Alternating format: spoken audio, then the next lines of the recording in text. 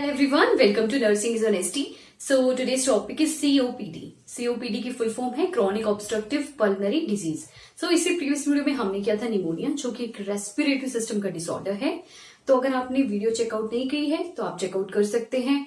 तो आज की जो हमारी डिजीज है COPD, वो भी एक रेस्पिरेटरी डिसऑर्डर है, रेस्पिरेटरी सिस्टम का डिसऑर्डर है. तो सबसे पहले जान लेते हैं कि क्रोनिक का मीनिंग क्या है. देखो, अगर किसी भी डिजीज के साथ क्रोनिक वर्ड लग जाता है, इट मीन्स है कि जो डिजीज का जो इंक्यूबेशन पीरियड है, इंक्यूबेशन पीरियड मीन्स कि डिजीज के जो साइन एंड सिम्टम्स हैं उन्हें भी शो होने में जो टाइम लगता है, तो उसे हम बोलते हैं इंक्यूबेशन पीरियड. तो उसका जो इंक्यूबेशन पीरियड होगा वो लॉन्ग होगा, लॉन्ग इंक्यूबेशन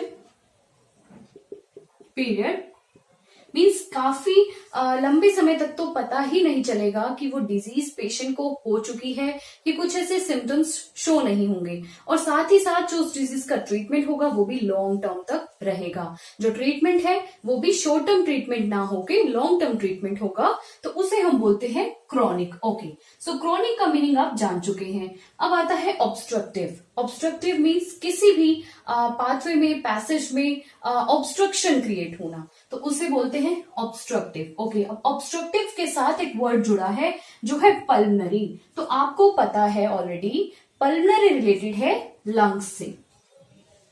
तो देखिए, अब इतना तो आपको पता चल गया है कि लंग्स से रिलेटेड ऐसी कोई डिजीज है जिसमें ऑब्स्ट्रक्शन क्रिएट हो जाएगी, और जो डिजीज है वो क्रोनिक नेचर की होगी.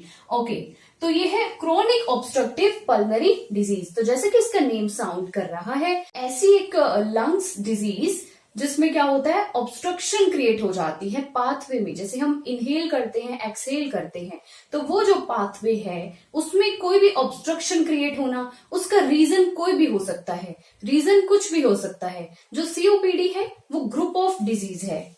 COPD is a group of diseases.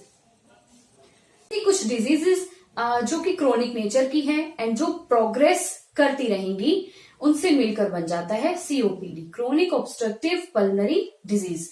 अब देखते हैं इसकी डेफिनेशन. देख रहे हैं इसकी definition. So it is a respiratory disease in which air flow is obstructed by emphysema, chronic bronchitis and chronic bronchiolitis. तो देखिए, ये एक रेस्पिरेटरी सिस्टम का डिसऑर्डर है, मैंने आपको पहले ही बता दिया है. तो ये एक रेस्पिरेटरी डिजीज है जिसमें क्या होता है, एयर फ्लो ऑब्स्ट्रक्शन हो जाती है. एयर फ्लो ऑब्स्ट्रक्शन हो जाती है, जैसा मैंने आपको बताया कि ऑब्स्ट्रक्शन क्रिएट हो जाएगी पाथवेज में, उन पाथवेज में जिनकी हेल्प से हम इनहेल एक्सहेल का प्रोसेस करते हैं, मीन्स रेस्पिरेशन का प्रोसेस हमारा होता है, उसमें ऑब्स्ट्रक्शन क्रिएट हो जाएगी. एयर फ्लो में ऑब्स्ट्रक्शन क्रिएट हो जाएगी, और ऑब्स्ट्रक्शन क्रिएट होने का रीजन है एम्फाइजीमा. एम्फाइजीमा का मीनिंग है damaged air sac of lungs. देखो, आपको पता है एयर सैक्स जो होता है हम एल्वियोलाइज को बोलते हैं. एल्वियोलाइज डैमेज हो जाएंगी, एल्वियोलाइज की डिस्ट्रक्शन हो जाएगी, इन्फ्लेम्ड हो जाएंगी एल्वियोलाइज, तो उसे हम बोलते हैं एम्फाइजीमा. इन्फ्लेम्ड और डिस्ट्रक्शन होने की वजह से क्या हो जाएगी, एल्वियोलाइज डैमेज हो जाएगी, उसे ही हम बोल रहे हैं एम्फाइजीमा. ओके, तो एक वर्ड होता है एम्पाइमा और एक होता है एम्फाइजीमा. तो बहुत से स्टूडेंट्स इन दोनों वर्ड्स में कंफ्यूज हो जाते हैं. तो एम्फाइजीमा का मीनिंग होता है कि damage air sac of lungs, and empyema जो एक वर्ड है, एम्पाइमा जो एक वर्ड है वो इस डिजीज से रिलेटेड नहीं है, बट आपकी कंफ्यूजन को क्लियर करने के लिए मैं ये वर्ड आपको बता रही हूं. तो एम्पाइमा का जो मीनिंग है वो होता है collection of purulent fluid in the pleural cavity. तो जो लंग्स की जो कवरिंग होती है, मेम्ब्रेन होती है सराउंडिंग लंग्स, जो लंग्स को सराउंड करती है, प्लूरा, तो उस प्लूरल कैविटी में एक फ्लूइड की कलेक्शन हो जाती है, एक्सुडेट्स की कलेक्शन हो जाती है, जो एक पुरुलेंट फ्लूइड होता है, तो उसे हम बोलते हैं एम्पाइमा. सो आई होप आपको क्लियर हो गया होगा difference between empyema and emphysema. Okay, next है क्रोनिक ब्रोंकाइटिस. देखिए, क्रोनिक ब्रोंकाइटिस का मीनिंग है, क्रोनिक का मीनिंग आप जान चुके हैं, ब्रोंकाइटिस मैंने आपको पहले भी बताया है प्रीवियस वीडियोस में कि अगर किसी भी वर्ड का जो सफिक्स है, तो अगर वो आइटस है, ITIS, इसका मतलब होता है इन्फ्लामेशन. तो bronchitis, so bronchi plus itis, bronchitis means bronchioles की इन्फ्लामेशन हो जाएगी। क्रोनिक ब्रोंकाइटिस, तो ये भी एक लॉन्ग टर्म इलनेस है। एंड क्रोनिक ब्रोंकियोलाइटिस, देखो जो ब्रोंक्यूल्स होते हैं, ब्रोंक्यूल्स फर्दर जो डिवाइड किया गया है ब्रोंकाइस को, डिवाइड हो जाती है फर्दर ब्रोंक्यूल्स में। तो ब्रोंक्यूल्स की भी क्या हो जाएगी, इन्फ्लामेशन, इसका भी जो सफिक्स है वो आइटस है। सो ऑब्स्ट्रक्टिव पल्मोनरी डिजीज में क्या होता है, ऑब्स्ट्रक्शन क्रिएट हो जाती है एयर फ्लो में, और ऑब्स्ट्रक्शन किसकी वजह से क्रिएट हुई, एम्फाइजीमा की वजह से, क्रोनिक ब्रोंकाइटिस की वजह से, क्रोनिक ब्रोंकियोलाइटिस की वजह से। तो अब हम डायग्रामेटिकली देखते हैं, मैं एक रफ डायग्राम ड्रॉ करूंगी जिसकी हेल्प से हम देखेंगे कि एम्फाइजीमा किस तरीके से क्रिएट होगा। देखो अगर हम एक नॉर्मल एल्वियोलर सैक की बात करें तो देखो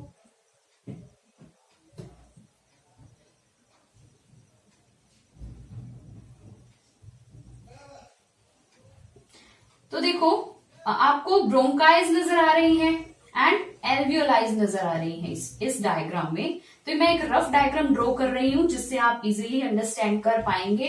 तो देखो ये एक नॉर्मल एल्वियोलर सैक है, तो ये है ब्रोंकाइज एंड ये है एल्वियोलाइज जिसमें गैस एक्सचेंज होता है। एल्वियोलाइज हेल्प्स इन गैस एक्सचेंज।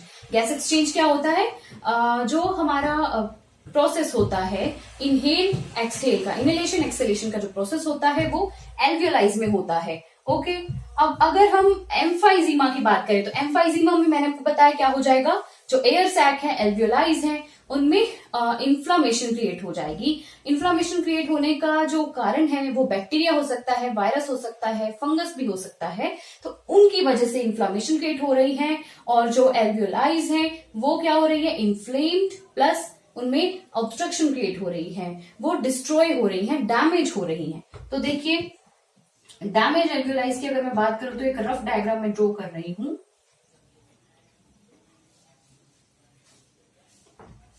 इसमें देखो क्या होगा, इस तरीके से ये जो एल्वियोलाइज है ये इन्फ्लेम्ड हो जाएंगी।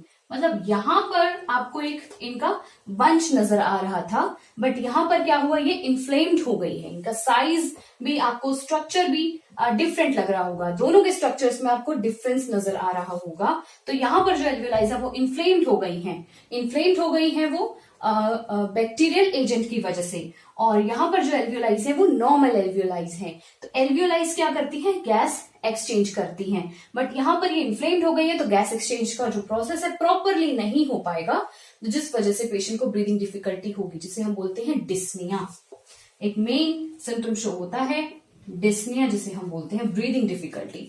तो ये एक कॉमन सिम्टम है जो सभी रेस्पिरेटरी डिसऑर्डर्स में प्रेजेंट होता है, क्योंकि अगर लंग्स से रिलेटेड कोई भी डिजीज है तो आपको पता है लंग्स का जो है फंक्शन क्या होते हैं, तो उन फंक्शन में डिस्टर्बेंस क्रिएट हो जाएगी। ओके, जिसे हम एक मेन सिम्टम बोल रहे हैं dyspnoea, which is breathing difficulty. Okay, अब हम देखते हैं ईटियोलॉजी ऑफ सीओपीडी। देख रहे हैं aetiology risk factors of COPD. First है स्मोकिंग, ये एक रिस्क फैक्टर है जिसे मैं RF से डिनोट कर रही हूं। तो स्मोकिंग एक रिस्क फैक्टर है। इसी तरह से एल्कोहलिज्म, अगर कोई एल्कोहल इंटेक करता है तो उससे भी सीओपीडी होने के चांसेस रहते हैं। Okay, next is family history. Family history भी एक रिस्क फैक्टर है। अगर ये डिजीज जो है रन कर चुकी है किसी फैमिली में, फैमिली हिस्ट्री रही है सीओपीडी की, तो जो आने वाली जो जनरेशन होगी उनमें भी चांसेस होते हैं कि सीओपीडी हो सकती है उन्हें। Next is infection. तो इन्फेक्शन एक कॉज है, जैसे मैंने आपको बताया कि एम्फाइजीमा में क्या होता है, बैक्टीरियल एजेंट, वायरस या फिर फंगाई की वजह से जो एल्वियोलाइज है वो इन्फ्लेम्ड हो जाएंगी, डैमेज हो जाएंगी, उनकी डिस्ट्रक्शन हो जाएगी। Next is lung growth. Lung में कोई भी एबनॉर्मल ग्रोथ हो चुकी है, लंग की बेसिकली इन्फ्लामेशन आप बोल सकते हो चुकी है, तो उसकी वजह से भी सीओपीडी हो सकती है। ब्रोंकाइटिस, जैसे मैंने आपको बताया ब्रोंकाइस की इन्फ्लामेशन हो गई है, तो ये भी एक मेन रीजन है। Next is asthma. Asthma is an inflammatory disease of respiratory tract. तो इसमें क्या होता है, रेस्पिरेटरी ट्रैक्ट की इन्फ्लामेशन हो जाती है अस्थमा में। एंड अस्थमा एक रिवर्सिबल प्रोसेस है।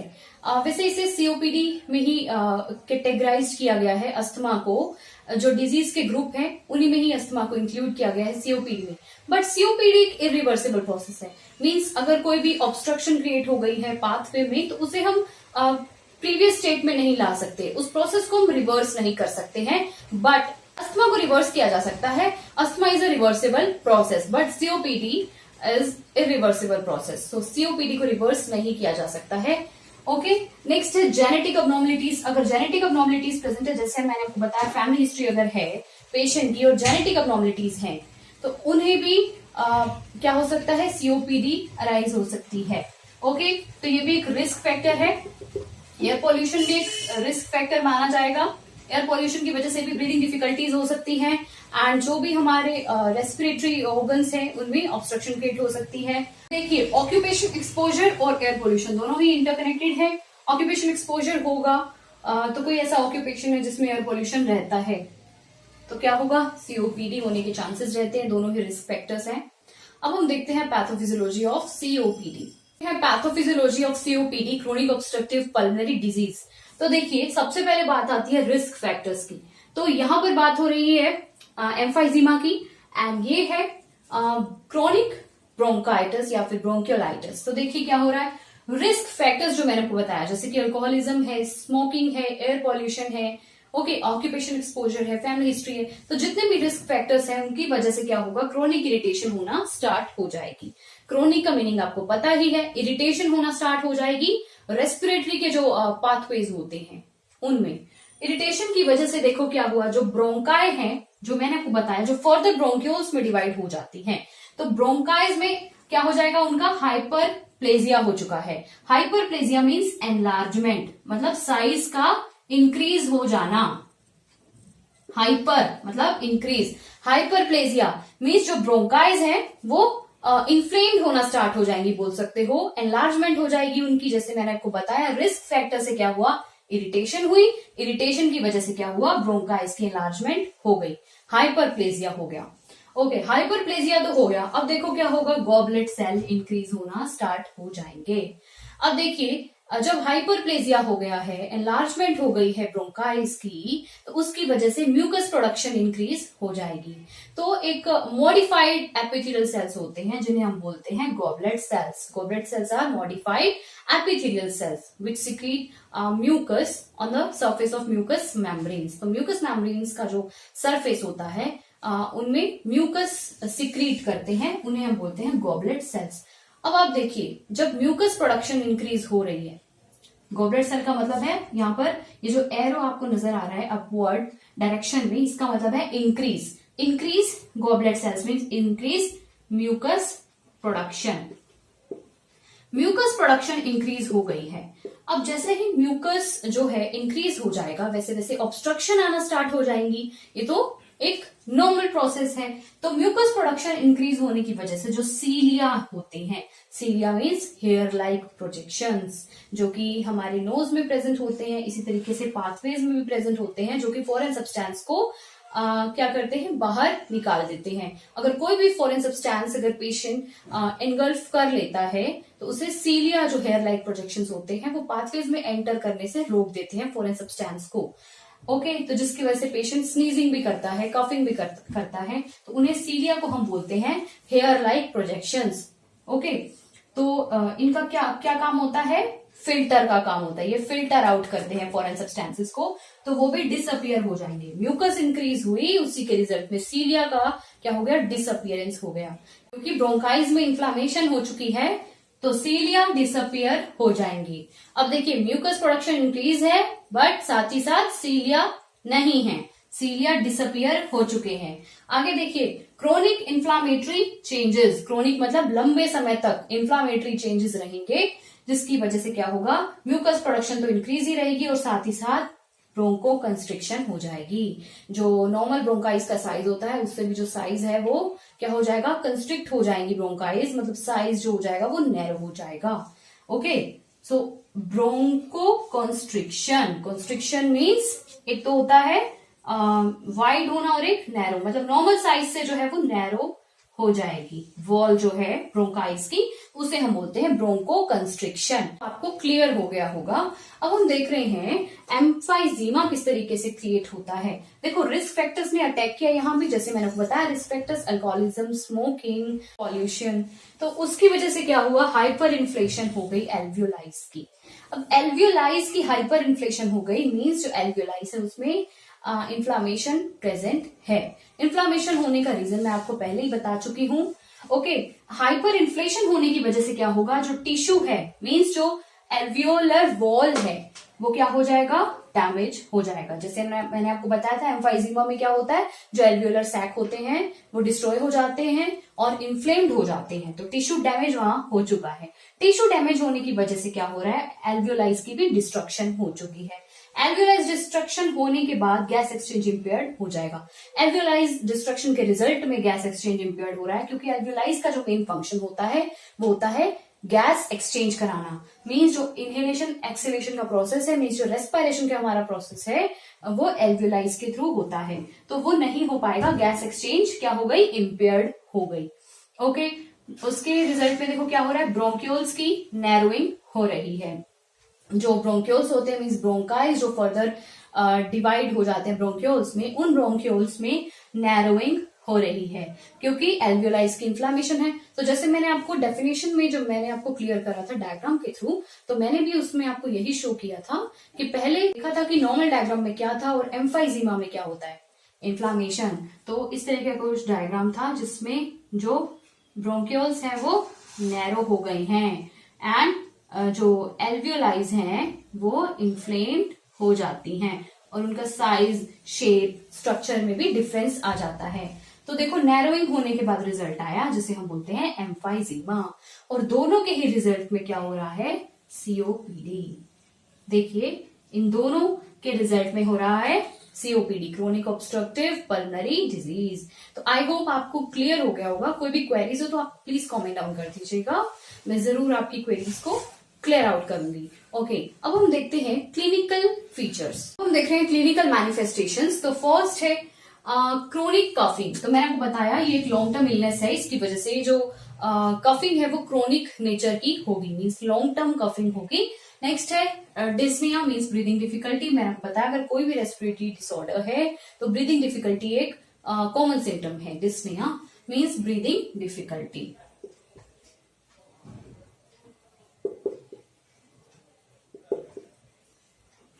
Okay, frequent respiratory infection. तो मैंने आपको बताया लॉन्ग टर्म इलनेस है, तो लॉन्ग टर्म इलनेस अगर पेशेंट में रहती है तो इम्यूनिटी जो है वीक हो जाती है, इम्यून सिस्टम वीक हो जाता है, जिसकी वजह से फ्रीक्वेंट रेस्पिरेटरी इन्फेक्शंस होंगे। ओके, वीजिंग प्रेजेंट रहेगी। अगर हम फिजिकल एग्जामिनेशन करते हैं, अगर पेशेंट का हम फिजिकल एग्जामिनेशन कंडक्ट करते हैं तो हमें वीजिंग एक साइन शो होगा। ओके, तो फिजिकल एग्जामिनेशन की बेसिक 4 टेक्निक्स होती है, inspection, palpation, percussion, last one is auscultation. Okay, weight loss हमें साइन शो होगा, टेकिप्निया पेशेंट को रहेगा, फैटिग मीन्स थकावट पेशेंट को रहेगी। टेकिप्निया टैकीकार्डिया मैं ऑलरेडी आपको बता चुकी हूँ, tachycardia means increase heart rate and tachypnea means increase respiratory rate. Okay, next is enlarged AP diameter of chest. AP की फुल फॉर्म है antero posterior diameter, antero posterior. Antero posterior जो diameter है chest का वो enlarge रहेगा, उसकी enlargement हो जाएगी क्योंकि एम्फाइजीमा प्रेजेंट है एंड ब्रोंकाइटिस एंड ब्रोंकियोलाइटिस भी प्रेजेंट है। तो एक ग्रुप ऑफ डिजीज है सीओपीडी, जिसकी वजह से AP diameter, antero posterior diameter जो है वो एनलार्ज रहेगा, एनलार्जमेंट रहेगी डायमीटर की एंड पेशेंट को वीकनेस शो होगी। ओके, तो ये तो थी क्लिनिकल मैनिफेस्टेशंस। तो ये तो था पार्ट 1 ऑफ सीओपीडी, जिसमें हमने किया definition, aetiological factors, pathophysiology, clinical manifestations. तो आई होप आपको क्लियर हो गया होगा, और अगर आपकी कोई भी क्वेरीज है तो आप प्लीज कमेंट डाउन कर दीजिएगा।